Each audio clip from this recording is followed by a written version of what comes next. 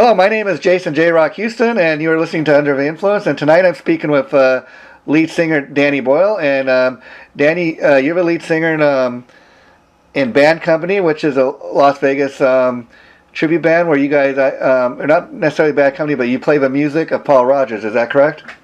That's correct, yes. And so I guess you guys play everything from Bad Company and Free. So best place to start this interview off is, could you please share with us how you first got into the music of Paul Rodgers? Well, I have always loved Paul Rodgers.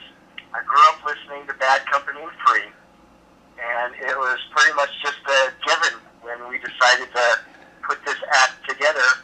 Everybody loved the music. We're all classic rock players, and it just all fell into place. And so let me ask you, how long has your band company been together? 2 years. And what's been the response so far? No, go ahead. I was saying, what's been the response you guys get when you play out? People seem to love what you're doing? They do. We get a great response. We've played out a handful of times. Everybody is very familiar with the material. We've got the sing-along thing going on, and everybody knows all the material that we're doing. So it works out really good. We're happy with it. Yeah, I mean, who hasn't heard, can't get enough of your love or moving on, all those great Paul Rodgers songs on the radio, right? Countless times. Right, yeah. But I got to ask you, is there any chance that you might be doing any of the stuff Paul did with Queen? We do Tie Your Mother Down at this point. Oh, okay. That's the only thing that we've done from Queen. And I got to ask you, as a Paul Rodgers fan, what did you think about him, his time in Queen? I loved it. Yeah.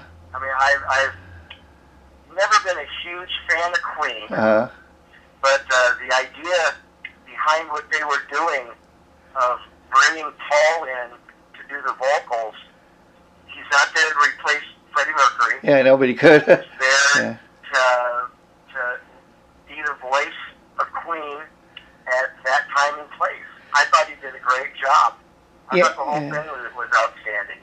Yeah. There's probably some Queen people that might have been a little offended by it, but I thought it was great. They got a great response. Yeah, I'm kind of surprised that it didn't last a little longer, because to me, Paul was just a really perfect fit to my ears. I picked up the one CD and a DVD he did with them, and I was really impressed with the way he presented those songs. I think it also just goes to show you those Queen songs that those are timeless songs, and they're just such classic material that but if anybody can that's a decent singer can get in there and perform those songs. That just shows you again what great songs all those Queen songs are. Right. What I loved about it is that Paul sang it the way Paul sings it. Yeah. He put himself into that material, and that's probably the biggest thing that I liked about it. Yeah. In fact, what we're doing in the Band Company project is that we're taking the Paul Rodgers material, and we're taking the Bad Company, the firm, and we stay relatively true to the arrangements, but we play it as we feel. I mean, it doesn't get way out there. It's very recognizable. Yeah. But we play it the way we feel it. So we're not a note for note. We're not actually what you want to call an actual tribute band. I mean, we are doing a tribute to the music of Paul Rodgers. Yeah. We play the songs the way they're played. We add our little twist to the arrangements to make it fit the show that we're doing. Yeah, and with that, and it all works out really good. With that being said, I got to ask you, because like you said, a lot of tribute bands, they really get into not just trying to sound like the band they're paying tribute to, but trying to look the part. Is there a little less pressure on your part, being that you don't have to get up and try to look identical to Paul Rodgers?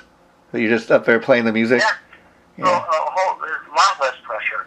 I mean, I do resemble him, Yeah.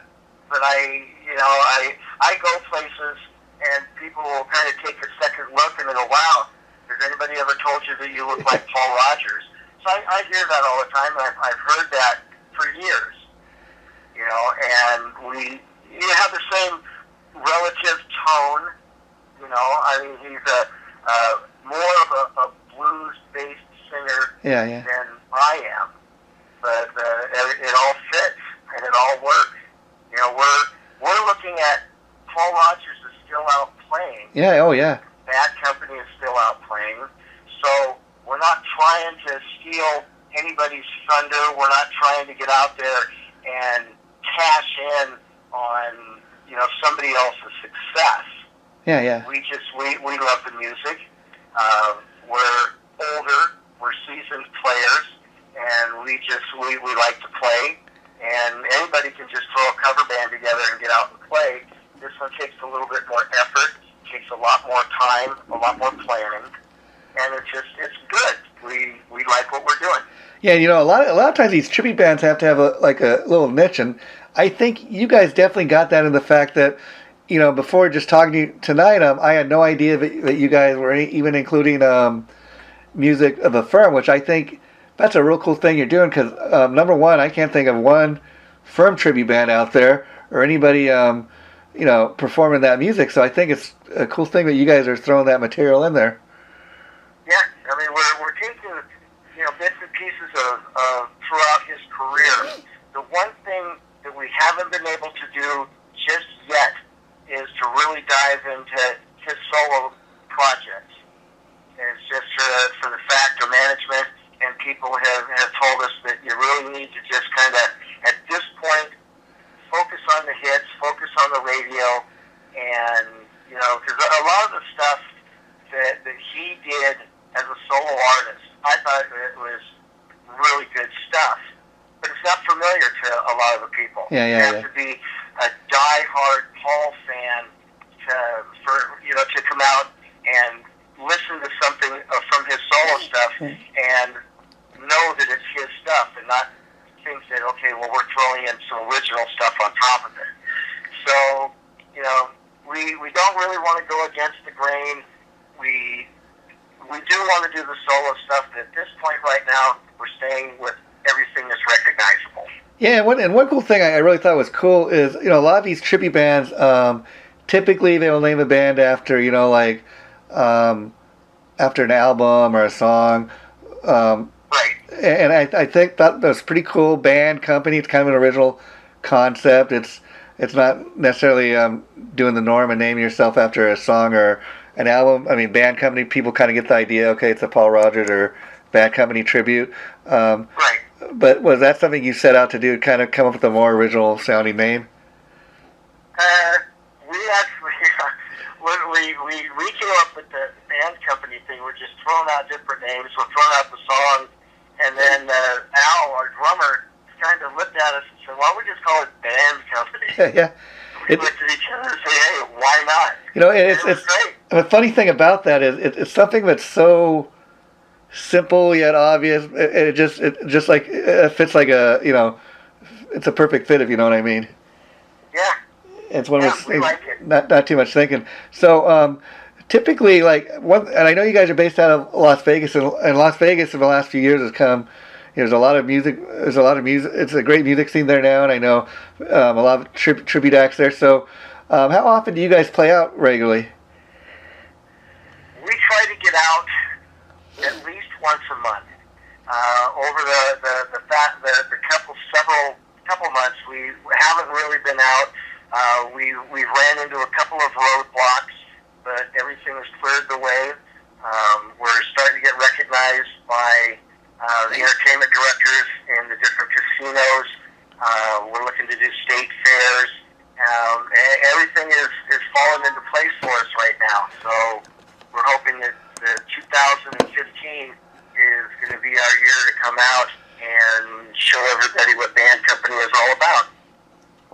Now, well, I'm glad to hear that. But now I was curious, when you guys try to book shows at these various clubs and casinos, do you ever have people telling you, why don't you just stick with the Bad Company stuff or free the stuff people know. Nobody's like really into the firm, so or do they seem to really be into what you guys are doing as far as Everybody is into what we're doing. I haven't had one person ever tell us, well, don't do anything from the firm because it's not recognizable. And we can argue that fact. Yeah. The only thing that our management said is just to, try it right at this point. Just let's not dive into the solo stuff. Stay with the radio hits. Yeah. And so that's what we're doing. We have an hour-and-a-half show, and every single one of them is recognizable. People sing along from start to finish. And of course, like, we're talking like about a body of work, but like I said, who hasn't heard one of those songs on the radio, countless times? But do you ever throw in like a kind of a deep cut or maybe a track that's not as well known into your set? We haven't yet. Okay. We haven't yet. Just for the fact that we need to keep it familiar. Yeah. And so we don't really want to rock the boat at this point. And so with there's so much stuff to choose from that we had to sit down and out of I think we had about 45 plus songs picked. Wow. And rehearsed, and we had to pretty much whittle it down to an hour and a half, which gave us like 18, 19 songs. Yeah. It's a very fast-paced show. Once it starts, it's a continuum for an hour and a half. Wow. There's no downtime. There's no lag time. It just from start to finish, it's just hit after hit, nonstop. And so, like you said, you're just playing hit after hit. So, with that being said, do you guys ever? Does anybody in the band ever take time to do like a solo, or do you just pretty much just knock out the songs? No, we do. We have the whole show arranged as to where there are the solos. Both guitar players get to shine. Everybody gets to show what they get to do. Uh-huh. And it all works out really good. Wow, that's cool. Now, I'd imagine like a lot of people, Danny, that you did the original music thing, trying to make it a band where you write and record your own original music. So, can you talk at all about that and why you made the decision to, go the route of doing tribute bands, which I think is a great thing because the tribute scene has really grown quite tremendously over the last few years. It has. From when we started, we're all in our 50s. Uh-huh. So when we started back I started playing in 1972.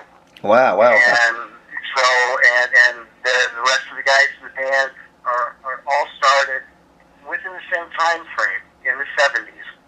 And we evolved into doing original stuff. The band that I grew up in Portland, Oregon. Oh, okay. And the band that I had played with one band for almost 20 years. Wow. And we ended up, all we did was we would write our own material. We did do some covers, but we did write our own material, and we were going for the record deal.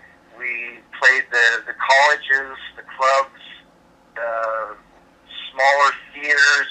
We were out touring with people like Pat Benatar and Ronnie Montrose, Rory Gallagher, and we did all that. Got a lot of recognition, but it just never seemed to get to that point where we grabbed that brass ring. Wow. And so everybody in the band has been through the same thing. We all come from different parts of the country. Al, the drummer, comes from Florida. Rick comes from Pennsylvania. And our other guitar player, Bob, comes from San Francisco. And our bass player grew up in L.A.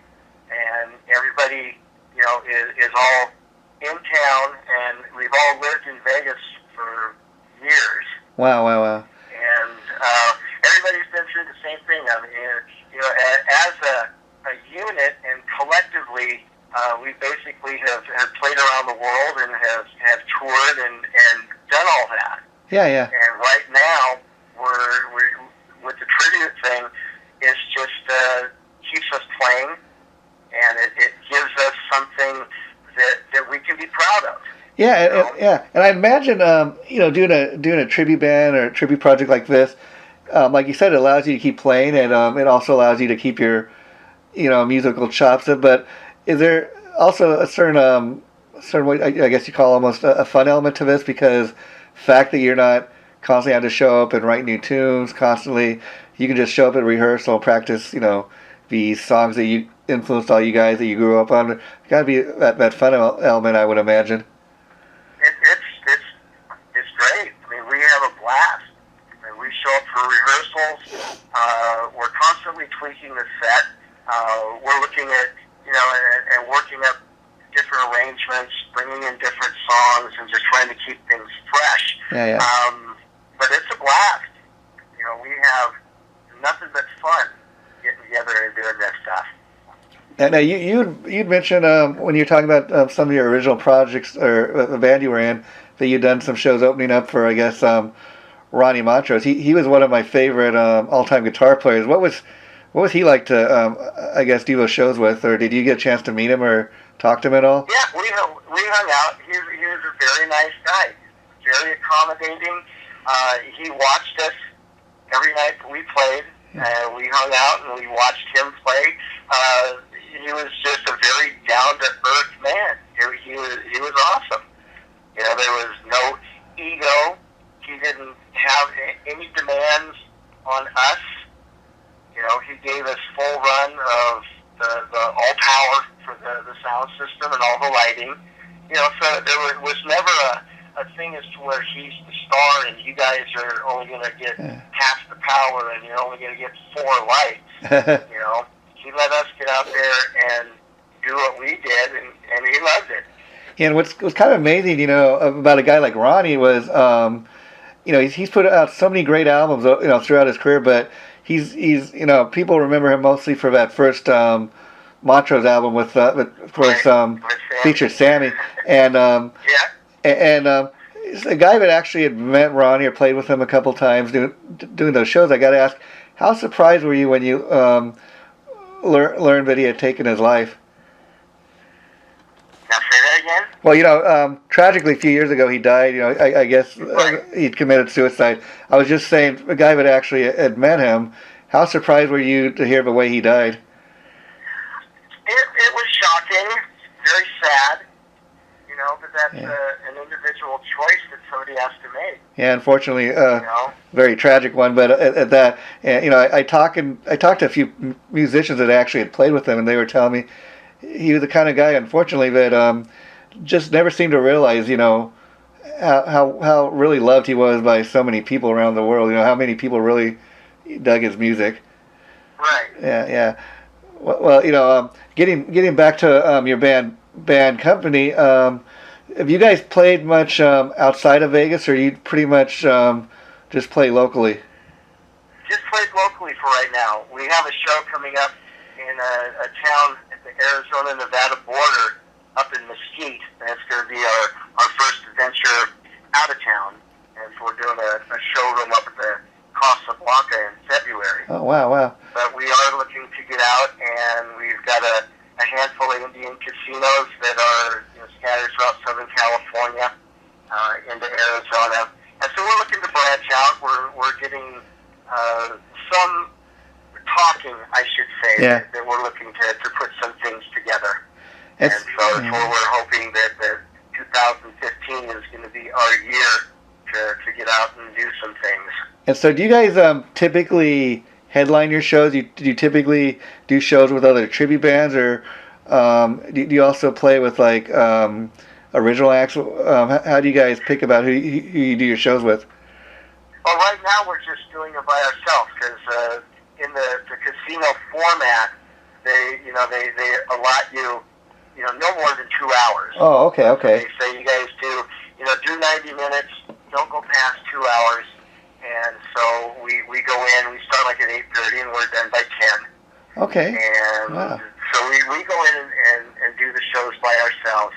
We are looking, our management is looking to put some shows together, and we're looking at a couple of venues here in town to where we're going to do our own tribute series, to where we'll go in and we'll four-wall a room, and we'll partner with the radio stations here, and we're going to just do our own tribute series.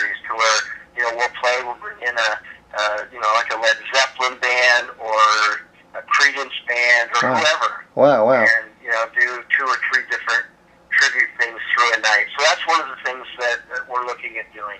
Wow, how cool! How cool would that be? Yeah, that's something that I've never really heard of other tribute acts doing. That'd be a cool thing to do.